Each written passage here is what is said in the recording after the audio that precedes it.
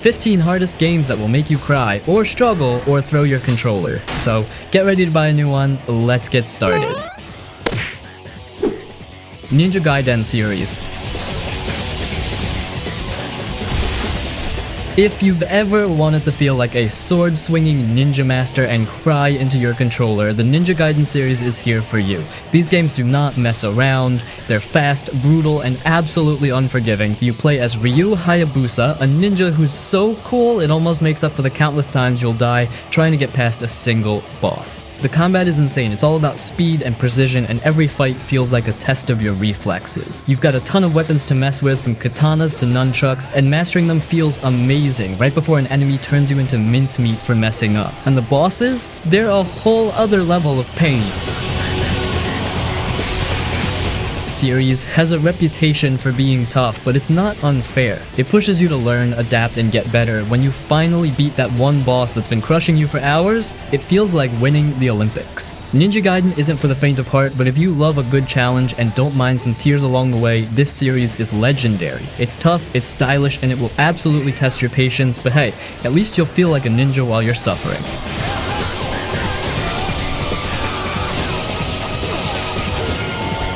Hollow Knight. Hollow Knight is like stepping into a dream, but the kind of dream that keeps throwing obstacles in your way until you're wide awake and sweating. You play as this little bug knight who doesn't say much, wandering through the massive underground world of Hollow Nest. It's one of those games where you don't get told much, you just dive in, explore, and figure out the story piece by piece. At first it feels calm, the art is hand-drawn and gorgeous with soft lighting and eerie but beautiful landscapes. The music is so gentle and melancholic it's almost relaxing. But then you run into your first big enemy and suddenly you realize this game isn't messing around. The bosses are tough, the enemies don't let up, and the map is so huge it's easy to get lost. So, speaking of the map, Hollow Nest is like a living maze. Every area feels completely different. There's a glowing, peaceful forest, a spooky, web-covered cavern, and even a city flooded with water. But it's not just pretty, it's also dangerous. You'll be jumping over spikes, dodging traps, and fighting your way through rooms full of enemies that seem to get tougher every time.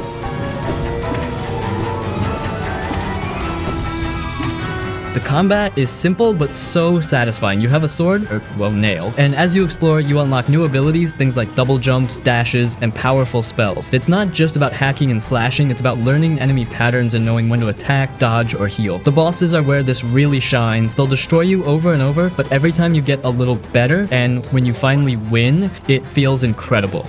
Like, the thing about Hollow Knight is that it doesn't hold your hand. There's no big arrow telling you where to go next. You'll wander into areas where the enemies are way too strong and you'll probably die a lot. But that's the beauty of it. The game trusts you to figure it out, and when you do, it's so rewarding. There's also a surprising amount of heart in this game. The story, which you mostly uncover by talking to NPCs and finding little clues, is surprisingly emotional. Holwens was once a thriving kingdom, and as you explore, you learn about its downfall and the characters who are still clinging to its ruins. It's sad in a quiet, haunting way that sticks with you. Hollow Knight is tough, no doubt about it, but it's also one of the most rewarding games out there. If you're ready to dive into a world that's beautiful, challenging, and full of secrets, this is the game for you. Just be ready for some frustration and maybe a few tears along the way.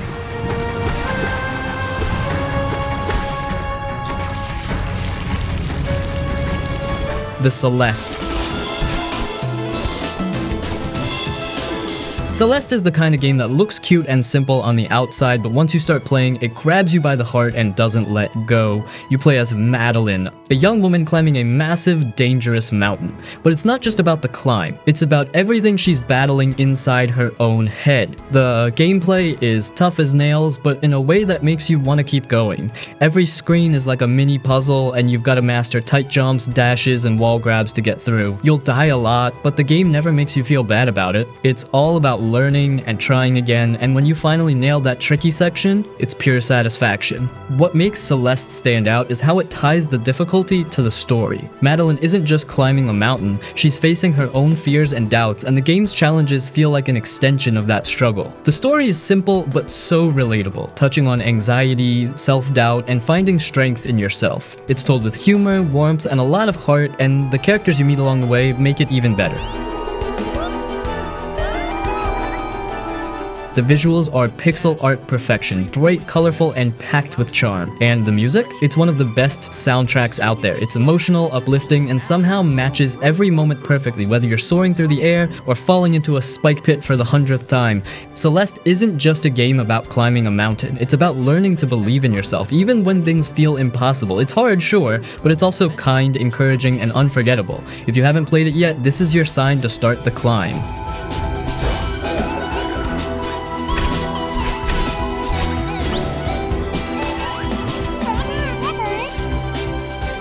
Cuphead. Cuphead is like stepping into a 1930s cartoon, except the characters are trying to kill you and you'll probably cry before the first boss is over. You play as Cuphead and Mugman, if you're in co-op, on a mission to repay a debt to the devil by taking down a lineup of ridiculously tough bosses. The first thing you notice? The visuals. Everything is hand-drawn, from the wacky characters to the vibrant backgrounds, and it looks like something straight out of an old-school animation studio. The music keeps that vibe going with jazzy, toe-tapping tunes that make even the most brutal fights feel fun. But let's not sugarcoat it, this game is hard. Every boss fight is a test of reflexes, patience, and pure determination. They're fast, unpredictable, and filled with wild attacks that will keep you on your toes. You'll probably die more times than you can count, but each loss makes you better, and when you finally beat a boss, that feeling is unmatched.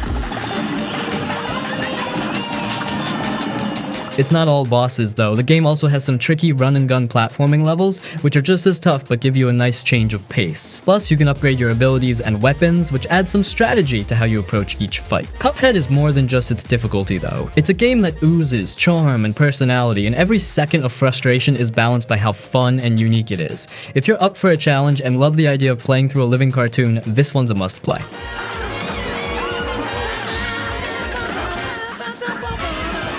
SIFU. SIFU is the kind of game that makes you feel like a martial arts master, or like you've got two left feet, depending on how well you're doing. You play as a young fighter on a mission for revenge, taking on waves of enemies in these beautifully designed levels. The twist? Every time you die, you age. The aging mechanic is genius. Every death adds years to your character, making them slower but stronger. It's a constant balancing act. How far can you push before you're too old to continue? You start to feel the weight of every mistake, and the pressure to play smarter builds with each fight. And those fights, they're incredible. Combat is fast, fluid, and absolutely brutal. You'll block, dodge, parry, and strike with a rhythm that feels like choreography from a kung fu movie. It's not just about mashing buttons, it's about learning enemy patterns and mastering your moves. Every fight is a test of skill, and when you clear a room without taking a hit, it feels like magic. The levels are a love letter to martial arts films with incredible variety, from neon-lit clubs to serene temples. They're packed with little details that make the world feel alive even as you're punching and kicking your way through it. SIFU is tough though. It's not the kind of game you breeze through. It demands patience and practice, but that's what makes it so rewarding. Every time you get better, it's noticeable, and finally beating a boss that's been wrecking you feels like a victory you earned. If you're into challenging games with tight combat and a unique twist, SIFU is an unforgettable experience. Just be ready to take a few hits, literally and emotionally, along the way.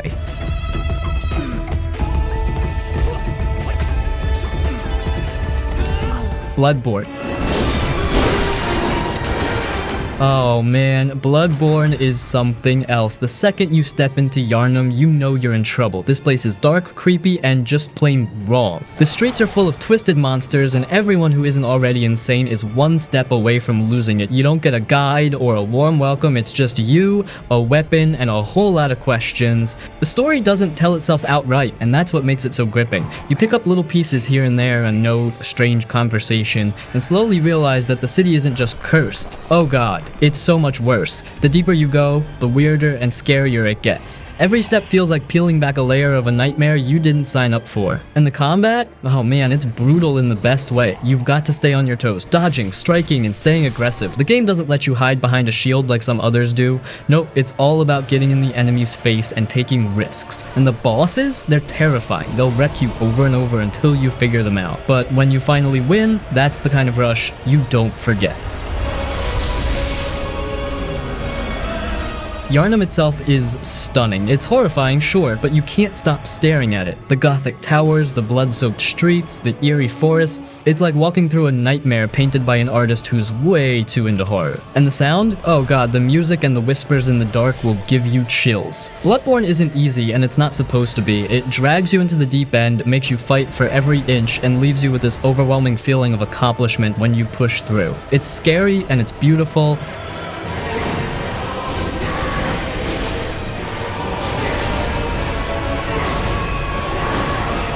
Sekiro shadows die twice. Sekiro Shadows Die Twice doesn't care about your feelings, it throws you into the deep end and says figure it out. You're a shinobi named Wolf, sworn to protect your young lord, but things go horribly wrong. You lose your arm, your honor, and honestly a big chunk of your sanity. What follows is a journey of redemption, survival, and a whole lot of dying. The combat in Sekiro is something else entirely. It's not about dodging or blocking, it's about standing your ground. You're deflecting blows, breaking enemy posture, and landing that perfect killing strike. Every fight feels like a deadly dance where one mistake means death. And let's not even start on the bosses. Oh god, they're brutal. Giant apes, raging warriors, mythical creatures. Each one feels impossible at first, but when you finally beat them, it's pure magic. The world is steeped in Japanese history and mythology. From snow-covered mountains to burning castles, every area feels alive and full of danger. You'll find yourself sneaking through tall grass one minute and leaping onto rooftops the next, always looking for that perfect ambush. And then you stumble into a giant snake or a headless ghost, and suddenly you're rethinking your life choices.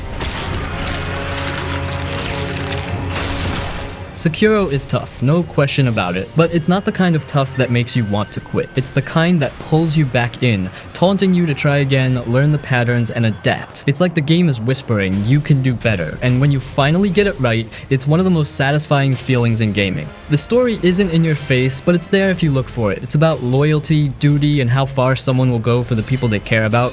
Wolf isn't a loud or emotional character, but you can feel the weight of everything he's carrying. If you're looking for a game that rewards patience, skill, and pure determination, Sekiro will test you like no other. It's punishing, beautiful, and unforgettable. Just don't expect it to go easy on you. It's not that kind of game.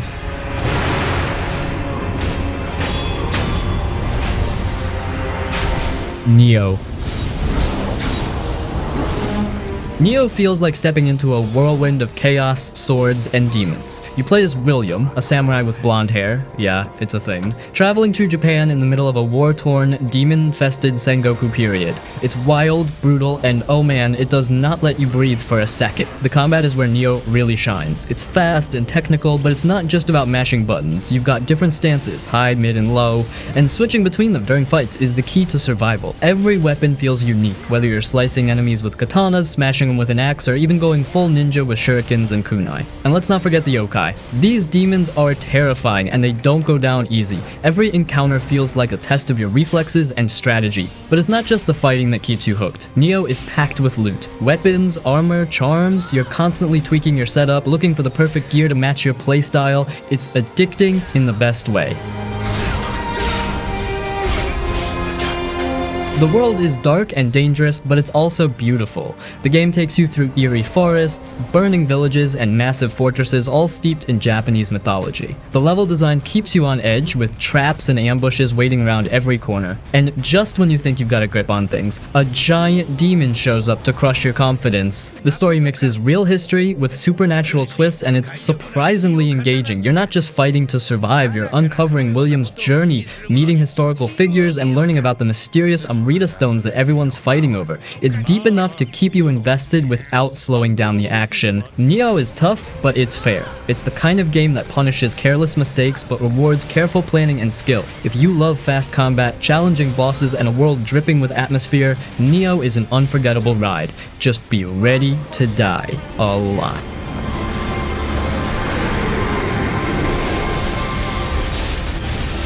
Black Myth Wukong.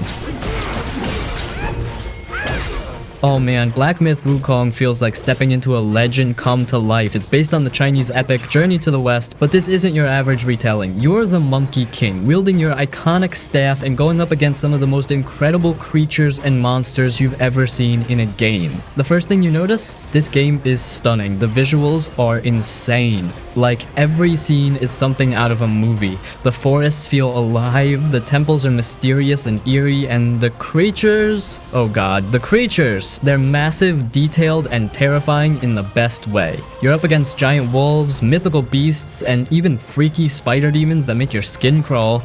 Combat is where it gets really exciting. It's fast, flashy, and brutal, but it's not just about looking cool. As the Monkey King, you can transform into different forms, like a buzzing swarm of insects to sneak past enemies, or a giant to crush them. It's not just about variety, it's about feeling unstoppable when you get it right.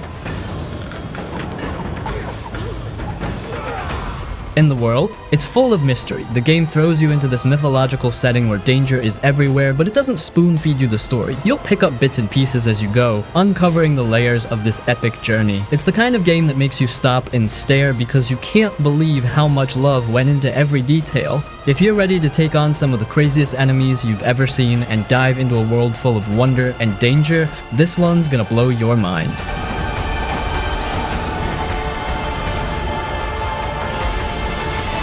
Ghostrunner. Ghostrunner is like being thrown into a neon-drenched nightmare and told, run, fight, and don't stop until you're dead, or they are. You play as a cybernetic ninja in a dystopian city where everything is crumbling, and survival means moving fast and hitting hard. The game wastes no time throwing you into the chaos. The gameplay is all about speed and precision. You're running along walls, dashing between enemies, and slicing them apart in one-hit kills. But here's the catch. They can kill you in one hit too. It's fast, unforgiving, and every mistake sends you back to try again. It sounds brutal, and it is, but the respawns are instant, so it's less rage quit and more, okay, let's go again. When you finally nail a section, it's pure adrenaline.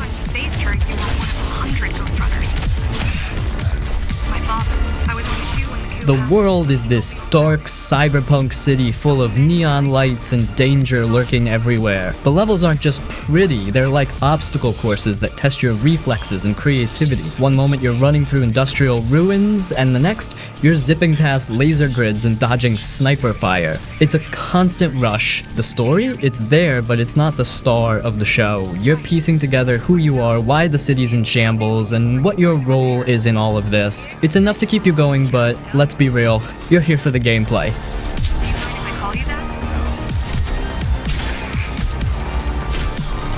Lies of P.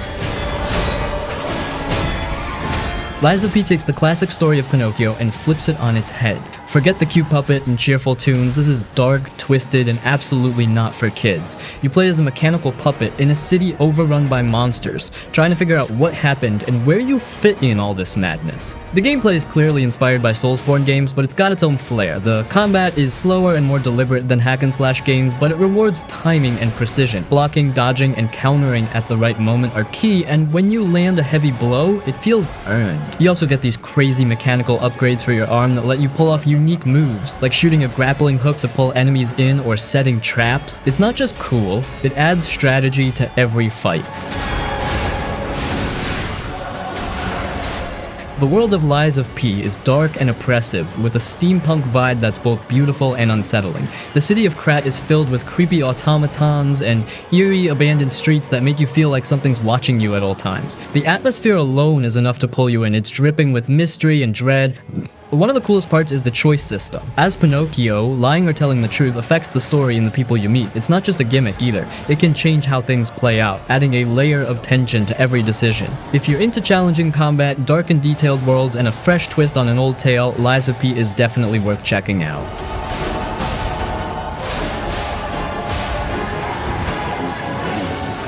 Devil May Cry 3. Devil May Cry 3 is where the series truly found its groove. You play as Dante, the cocky, trash-talking demon hunter with a sword as big as his ego. The story takes you back to his early days, facing off against his brother Virgil in a battle that's as much about family drama as it is about slicing demons to pieces. This game doesn't waste time, it throws you right into the chaos. The combat is fast, stylish, and incredibly satisfying. You're juggling enemies in the air with your guns, switching between weapons mid-fight, and pulling off combos that make you feel unstoppable. The game gives you multiple fighting styles to choose from, like Swordmaster for up-close combat or Trickster for dodging, and lets you experiment with whatever fits your vibe. But oh man, this game is tough. Enemies hit hard, bosses don't mess around, and if you're not paying attention, you'll be seeing that mission failed screen a lot. Still, the challenge is part of the fun. Every time you figure out a boss's pattern or pull off a crazy combo, it feels like you're earning your spot as a demon-slaying legend. The levels are packed with personality, from creepy gothic castles to hellish landscapes, and the music? Absolute chaos in the best way. It's all shredding guitars and high energy tracks that make every fight feel like a rock concert. What makes Devil May Cry 3 so special is how confident it is. It's not just about being cool, it's about making you feel cool. Every move, every fight, every insane cutscene is designed to make you sit back and go, oh my god, that was awesome. Also, if you love over-the-top action, tough fights, and a main character who's as ridiculous as he is badass, Devil May Cry 3 is a must play. It's tough, stylish, and just plain fun.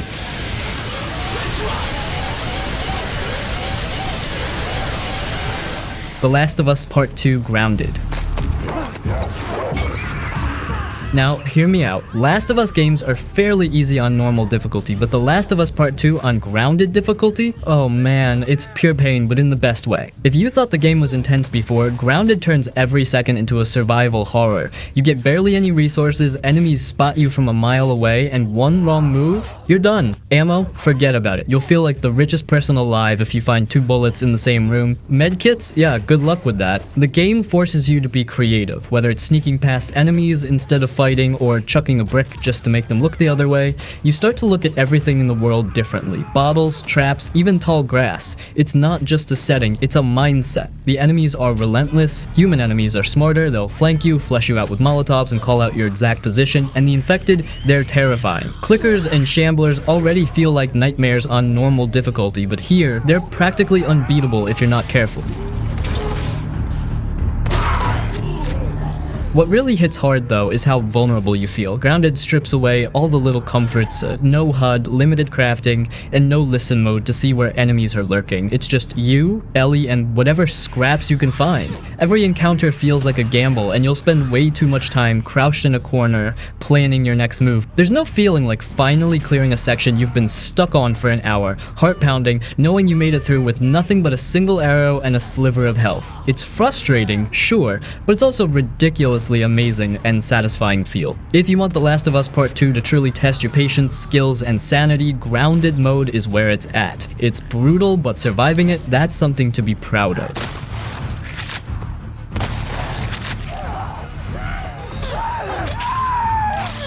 Returnal. Returnal is about being stuck. You're Celine, a space pilot who crashes on a strange planet called Atropos. The place is creepy, alien ruins, dark forests, weird creatures everywhere, but the worst part? Every time you die, you start over, like the planet is playing tricks on you. The game is all about fighting and moving. You have to dodge and shoot constantly, because enemies don't wait for you to think. They throw glowing orbs and weird energy blasts, and it feels like you're always one step away from being overwhelmed. But when you get it right, dodging and shooting feels smooth. Like you're in a rhythm. Dying can be tough though. You lose almost everything when you die, so every run feels like a fresh start. It's frustrating at first, but you get better each time. You learn how enemies move, find better weapons, and figure out the bosses, and when you finally beat that boss you've been stuck on, ah man, it feels so good. The planet itself is scary and lonely. There's no one to help you, just strange recordings from Celine herself, like past versions of her. You don't get answers handed to you, so you slowly put the story together. It's strange and a little sad, but it keeps you curious. Returnal is hard, but it's worth it if you like games that challenge you. It makes you think, fight, and keep trying no matter how many times you fall. It's tough, but when you make progress, it's worth all the struggle.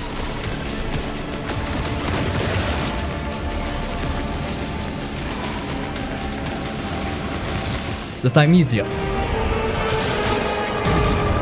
Thymesia throws you into a crumbling kingdom where plague and monsters are everywhere and nothing feels safe. You play as Corvus, a fighter with mysterious powers, trying to recover lost memories and figure out what went so wrong. The world is dark, broken, and filled with danger at every turn. The combat is where the game shines. It's fast and punishing with a mix of light and heavy attacks, dodging, and perfectly timed parries. What makes it stand out is how you can rip abilities straight from enemies and use them against them. It's like every fight gives you a new tool to experiment with, keeping things fresh and rewarding. The environments are eerie and detailed, whether you're wandering through decaying villages or fighting in abandoned castles. There's this constant feeling that something terrible happened here, but the game doesn't spell it all out. You uncover the story bit by bit, putting together pieces of Corvus's past and how it ties to the world's downfall. It's not an easy game, enemies hit hard, bosses test your patience, and it can be unforgiving if you're not paying attention. But if you enjoy games that push you to learn and adapt, Thymesia gives you plenty to sink your teeth into. For fans of dark, challenging combat with a side of mystery, this one's worth checking out. It's not perfect, but it's got its own charm that keeps you coming back for more.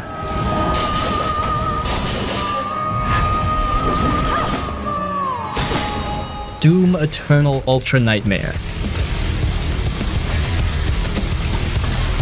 Doom Eternal on Ultra Nightmare mode is a pure punishment for anyone who thinks they've mastered the game. This mode doesn't play around, one death and it's over. Hours of progress can disappear in an instant, and every decision feels like it's life or death because, well, it is.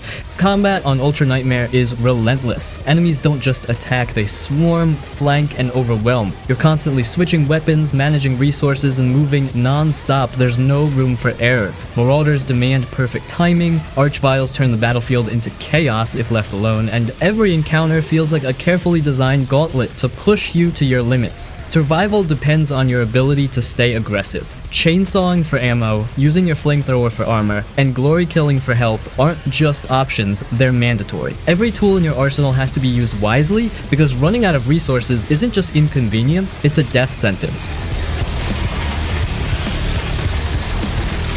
The levels are massive and unforgiving. Every arena is designed to test your reflexes and planning, while platforming sections force precision. There's no break, no safe zone, just constant pressure from start to finish. Ultra Nightmare rewards patience, focus, and an iron will. Clearing it isn't just an achievement, it's a badge of honor. It's the kind of challenge that will break you down before it builds you up. Only the most determined players will see it through to the end.